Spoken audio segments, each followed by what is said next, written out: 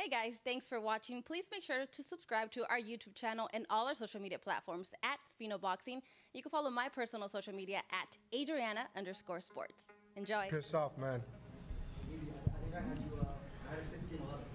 Mike, hang on, Mike. There you go. You know, I'll take that over them only give me the round that I knocked them down. That's some bullshit, man. Honestly, because a lot of punches he was hitting my gloves. Yeah, did it move my head? Yeah, but he didn't fucking hurt me. He never put me in danger, not once, man. And it's really dejecting when I don't even get the respect out of the judges. And I've been putting so much fucking time into the sport, and these motherfuckers like straight up just like fucking rape me and don't even kiss me, dude. That's some fucked up ass shit, honestly, dude. Because you want to say I lost? Fine, tell me I lost. That's cool. But you're gonna tell me that I'm only gonna give me one round, the one round that I drop him in, and the rest, like, I lose? Bullshit, man. Bull fucking shit. I mean, I know you say you're dejected about the judges, and I don't blame you, but you definitely gave a good performance. And you're a guy that said you were gonna retire, you know, a year ago. So you gotta feel good about that, right? You know what? I get there's no moral victory here, nothing like that, man. I came here for the win. I came to win. I came to beat Andy. With all due respect, yeah, did he beat me? Yeah, maybe, you know, I give him maybe like 7 rounds, you know, at most. And I'm the one in the ring. I know what's going on in there. And these fucking judges, like straight up, I get no respect from them. No fucking respect. I honestly believe that judges should wear like some noise canceling headphones so they don't get swayed by the crowd. Because, dude, they're all cheering and boo, ah, and they're hitting me with my fucking glove.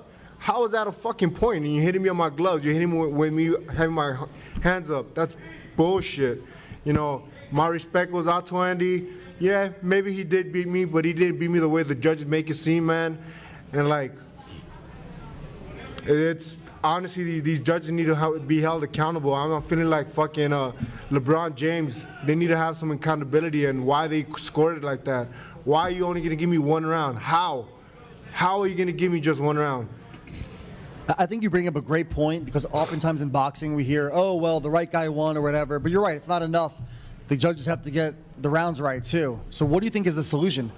One thing, and honestly, I believe that they need to put some headphones on, because I feel like they get swayed by the crowd. They do. Just like how Naki, you know, did he beat me? Maybe. But like a lot of punches that I got hit were hitting the gloves. A lot of them were hitting the gloves. You telling me that's a point? That's a point if you hit me in the gloves? What the fuck? Not like, again, not taking nothing away from Andy. You want to give him the victory? Fine. But don't rape me. You know, Chris, you're a guy that said that you regretted not giving it more of your all when you were younger, but you're doing your best now, and you got to be pretty. I know you wanted to win, obviously, and there's no moral victories like you said, but you got to be pretty proud of. I mean, you dropped him hard. That was no flesh knockdown. Yeah, I give myself all the credit. I give Joe all the credit, because we were trained. We trained hard for this fight. We were ready for this fight, man. Like I never overlooked him, and I did everything I had to do in the gym, man. And well, what can I say, man? I'm dejected. I am. Personally, there's no more victory to me. You know, people say, oh, you did good, you did great, but like, fuck. These asshole judges see something different. Like, how? How do you guys see that? I don't get it. I got hit in the gloves. I was moving my head. Like, I'm still all right. Like, I didn't come out with no big old black eye. My nose wasn't busted. Like, come on, guys. Chris, you rocked him there in the second. Did you feel like you really hurt him to perhaps finish the fight? I absolutely hurt him, but, you know, Andy's a very dangerous fighter. We've seen that against AJ, and I didn't want to get caught with a sucker punch, and I wanted to make sure that I measured him and I caught him right. You know, that right hand hit him flush in the chin, and it put him down. He didn't put me down, and honestly, you could probably watch the fight again. He probably hit me 1 or 2 good times. I hit him countless amount of times with the right hand, and the jab was snapping his head back. Like, he may have speed, he may have power, but he didn't hurt me. He didn't fucking hurt me. You rocked him hard again in the third. His knees folded. Do you, now looking back at it, perhaps regret that you didn't really push it? there in the third? Nah, man, this is boxing, man. It's a dangerous sport. And I did what I had to do, you know. I was cautious and I was trying to catch him again, obviously. But, again, everything behind the jab and everything behind the counter. I wasn't going to just go in there and be an AJ and throw fucking caution to the wind. You know, he was always a dangerous fighter. We're Mexican fighters. We get up and we get up to fight. Did you see, speaking of fights, did you see the fights in the stands? Did you catch any of that? Nah, man, I just heard all the crowd like hooting and hollering. I was like, holy shit, there's something going on in the crowd. And I wasn't going to stop and watch, but I did hear them. I did hear the fans. Chris, did you expect a better Andy Ruiz and all the hype surrounding the two Canelo moves? Was he as good or was he better? What did you really feel from him? No, I was better. That's the key. I was a better fighter. They didn't expect this Chris ARREOLA. You know, no disrespect to him. You know, he came out in great shape, and he was in great shape. This fighter would beat AJ, would easily knock out AJ, but he couldn't do that shit to me because I am a better fighter. I came in great condition. I was ready for Andy. Everything he had to offer, I was ready for it, man. And fucking judges, suck my dick. Chris, I had it 116, 111. You said you're happy with, you know, they're gonna. Yeah, exactly. Like, I'll take that. I'll take that all day, you know. Over, like, 118? Come on, that means they only gave me one fucking round. One round.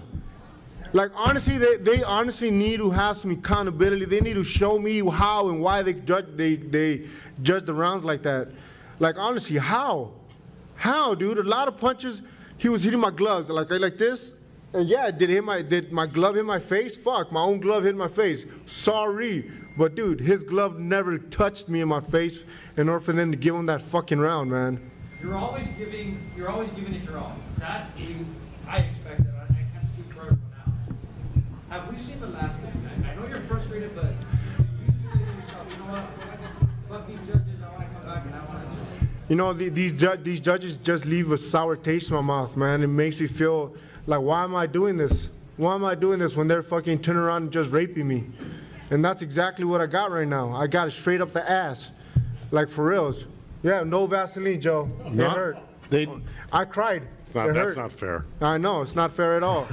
You know, like, for real, man, like, do I want to fight again? Of course I want to fight again. I'm a fighter. This is what I do. This is what I do for a living. I'm still on the top of the game. I'm still coherent. You still understand what the fuck I'm saying. You know what I'm saying? And it bothers me. It really is bothersome to lose like that.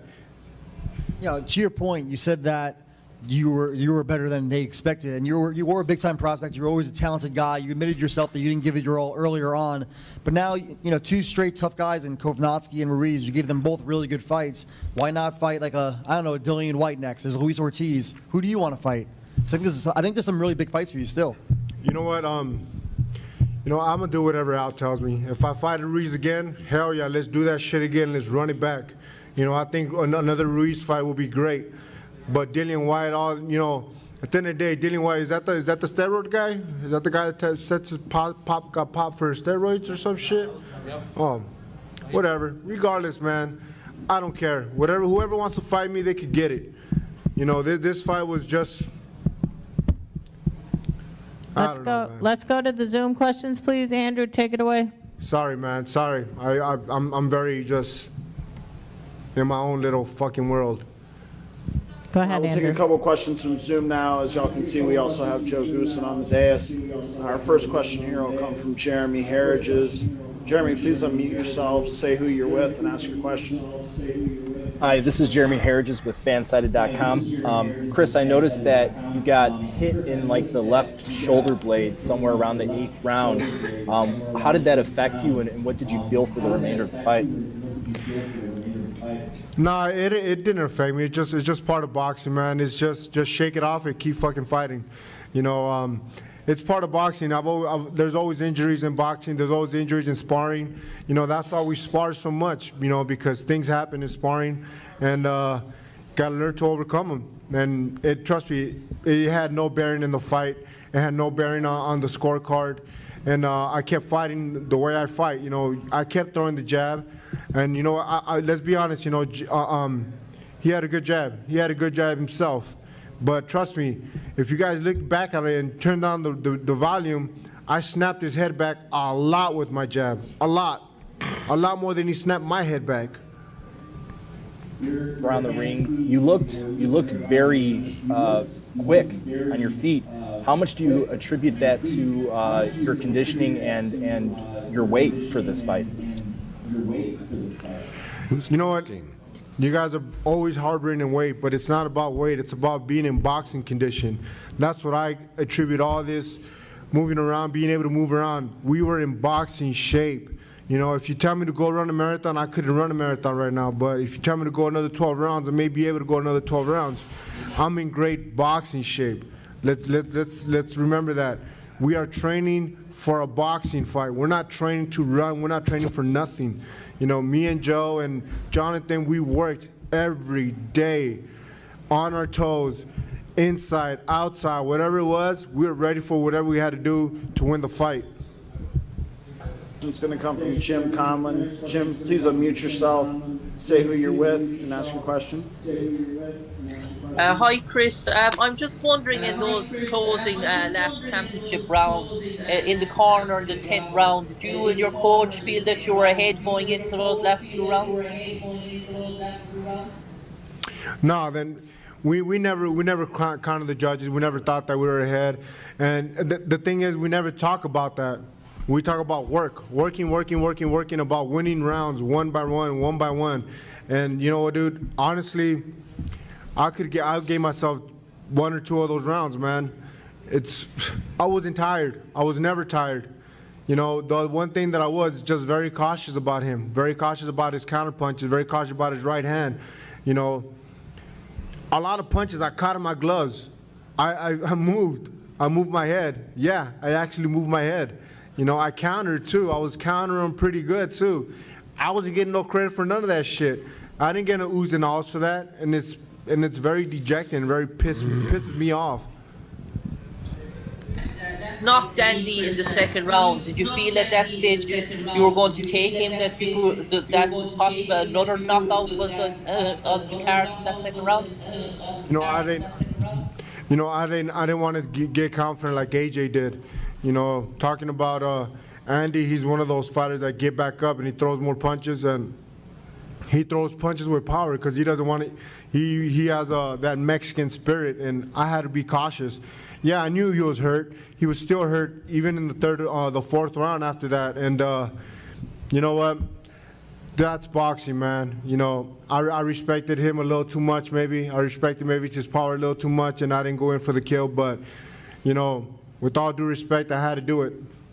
Thanks, Jim. We'll throw it back to the venue. Joe, question for you. Joe, question for you over here. Yeah. How would you assess Chris's performance tonight? I thought it exceeded what the boxing world was probably expecting. I think it exceeded what the fans were expecting. The critics, I read a lot of stuff after the weigh-in. I usually don't go on this media or whatever. I said, look at it, and everyone's going, wow, it's, I go, they think Chris is like, hasn't trained for this or that he can fight. And so he did what I thought he was going to do. I just thought he was going to knock out Andy Ruiz, tell you the truth. I never told him anything except we're going to win this fight and we're going to hurt this guy. And when he knocked him down in the 2nd round and hurt him in the 3rd, I was very nonplussed. I was just like taking it in stride because I was expecting that to happen. So I was very happy with his performance. I mean, I wish we would have gotten a better shake on the cards. But look, again, and I've said it before, I said it after the Kovnatski fight, there are very few times you can fight and lose on the scorecards, but win. You know, you win the public, you win the boxing fans, maybe the press, the promoter for sure. I had California commission officials coming up to me going, wow, we were blown away. That was like an incredible, we didn't expect Chris to box, number one, or to hurt Ruiz. See, Chris never got wobbled. He never got hurt. He never got dropped. Yeah. So CompuBox said Chris landed 109 punches, and Andy landed 161. And none of the judges gave Chris anything after the third. What do you think went wrong, perhaps, that Chris was not getting any rounds awarded to him? I don't know. If you look at the... I say the crowd. Oh. I'm going to answer that. I'm going to say the crowd. Because every time I got hit, like, honestly, you guys watch it again. I get hit in the gloves, and the crowd goes wild. Because, you know, obviously he's strong and he's going to move me, but he didn't hit me. How are you going to score something like it's hitting me in the gloves? What the... Yeah, we worked very hard on blocking and head movement. Chris blocked 99.9% of those left hooks. Did he get hit with a couple of hooks? Yeah, sure. I mean, it's a fight. But all the big ones, because he kept repeating himself, he'd throw that right hand, that quick hook off of it. And we were expecting it. We knew what we had to look out for.